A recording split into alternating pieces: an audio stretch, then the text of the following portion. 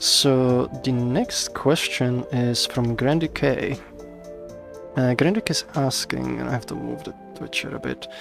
Is such a workshop system, would there be a way to do shared folder but mark it so it doesn't show in the workshop, or would it be a separate system to shared folder system we currently have? It's a separate system, so the workshop is essentially a completely separate system. Like the shared folders, they're not really designed for like, you know, that kind of like sharing, which is one of the reasons it's kind of janky for that. It's more meant to for like, you know, for personal sharing with things. So yeah, it's pretty much a separate system. You potentially could put like shared folder item into the workshop, but I don't know like what the use case would be. It would be like easier to just, you know, put the items themselves. The next question. I'm actually add a little light because I feel it's a little bit dark here, so fortunately, you know, there's like part of real-time editing. There we go. Make it a little bit bigger.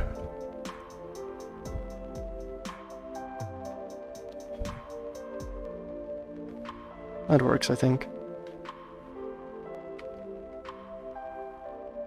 Maybe too much. There we go. The next question is from Grandy K. Have YDMS put much effort into the design of the multiprocess architecture that will replace the current architecture of Froox engine with Unity yet, or will it be done later? Yes, there's been a bunch of work put into that. A lot of it's sort of research. So like, you know, figuring out like one of the things actually, because I'm the person kind of handling that part. A lot of the stuff I've done is studying, you know, how it's been done for web browsers, which were like, I think like the pioneer this kind of like approach. Google Chrome in particular, you know, it was like I think the first one that sort of introduced the architecture, and then Firefox it switched to it as well. And they do have like pretty good documentation on how this stuff works. I've read a bunch of articles, so I've kind of like went through a lot of that, you know, figuring out like how they approached it, how Firefox moved to that approach, you know, over time. And because they started like, you know, without that architecture and they had to kind of replace it, which is, you know, the similar situations we are in. So there's been a lot of that work done. It's also been work on like, you know, researching sort of IPC mechanisms, which is one of the reasons like why I want to go with like shared memory, because shared memory is extremely fast. It's literally you have two processes that just share the same chunk of physical memory as if it was their own, meaning you don't need to like, you know, send data over pipe between them. Like you literally just access the memory. So that's another aspect, and also like, you know, just figuring out how are we actually gonna move Froox engine into its own process. So a big part of that is, you know, figuring out what's preventing us from moving Froox engine into its own process, which is, you know, figuring out like, you know, where the kind of interactions are, which is why we're reworking, you know, making photon dust, and we're making audio right now. So, you know, those are also things that kind of come part of it, because we have to, you know, sort of prepare the system for that kind of separation.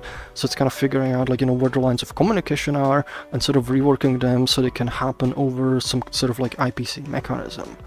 So, you know, that's also work that's technically going towards, you know, the multiprocess architecture. And that's been ongoing for a while now. So yeah, there's a bunch. There's also like, you know, some idea, like design ideas for how Froox engine will communicate. That one, it's still the specifics of it are gonna be like developed, but I do have a general idea how the communication is gonna happen. And a lot of the development has been, you know, moving it towards that. Because, for example, the way photon dust is done, it's specifically designed so all the particle like simulation result data, it's a single data buffer. It's all like, you know, contained within a single like byte, you know, just a single chunk of memory, and that's done on purpose. It's photon dust has been designed that way so we can just, you know, make the chunk of memory be part of shared memory, and then the renderer can access it and, you know, render it out. So like a lot of the work that's been ongoing has been